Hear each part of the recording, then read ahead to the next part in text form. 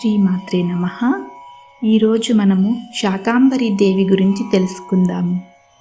పాడి పంటలు సమృద్ధిగా పండాలని, ప్రజల ఆకలి బాధలు తీర్చాలని ఆషాఢ మాసంలో మరియు దేవీ నవరాత్రుల్లో అమ్మవారికి కూరగాయలతో శాకాంబరి దేవిగా అలంకరించడం జరుగుతుంది. ఇలా అలంకరించడానికి వెనుక ఒక పురాణ కథ ఉంది.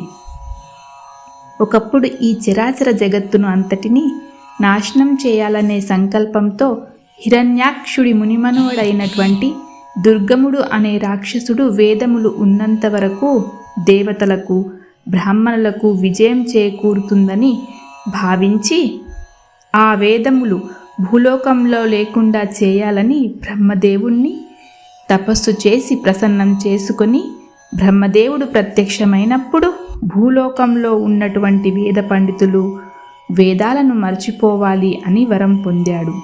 వేదాలను తనలో దాచుకున్నాడు. ఎప్పుడైతే భూలోకంలోని వేద పండితులు వేదాలు మర్చిపోయారో అప్పుడు యజ్ఞ యాగాదులు ఆగిపోయాయి. దేవతలకు హవిస్సు అందక శక్తిహీనులైనారు. భూమండలంలో వర్షాలు ఆగిపోయి కరువు వచ్చి పడింది. ఇలా 100 ఏళ్ళు గడిచిపోయాయి. అప్పుడు అందరూ కలిసి అమ్మవారిని స్తుతిస్తూ కీర్తిస్తూ ప్రార్థించినప్పుడు అమ్మవారు అనేక హస్తాలతో, అనేక పాదములతో, అనేక ముఖాలతో, అనేక నేత్రములతో ప్రత్యక్షమయ్యింది. అలా ప్రత్యక్షమైన అమ్మవారు భూలోకంలో ప్రజల బాధలను చూసి దుఃఖించింది. అలా దుఃఖించినప్పుడు అమ్మవారి అనేక నేత్రాల్లో ఒక నేత్రం నుంచి కన్నీరు చుక్క రాలింది. ఆ కన్నీరు చుక్కే ఏరులై, వాగులై, నదులన్నీ నిండి భూలోకమంతా ప్రవహించింది. ఆ నీరు భూమి సాగుకు ఉపయోగపడినా దానికి కొంత సమయం పడుతుంది అని భావించి అంతవరకు జీవరాశుల ఆకలి తీర్చడానికి అమ్మవారే దయతో శాకాంబరి అవతారం దాల్చింది. వివిధ రకాల కూరగాయలు, పండ్లతో ఒక పెద్ద వృక్షంలా అవతరించింది.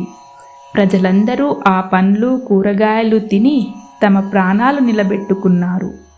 ఎన్ని పండ్లు, ఎన్ని కూరగాయలు కోసినా తరగని సంపదతో వచ్చిన అమ్మవారి కరుణా కటాక్షాలకు ప్రతీకయే శాకాంబరీ దేవి. శాకాంబరి అంటే శాకాలను ధరించేది. శాకములు అంటే కూరగాయలు. శాకాంబరి దేవిని పూజించడం వల్ల క్షామము దరిచేరదు, ఆకలి దరిచేరదు, పాడి పంటలు సమృద్ధిగా పండుతాయి. ఓం నమో శ్రీమాత్రే నమః.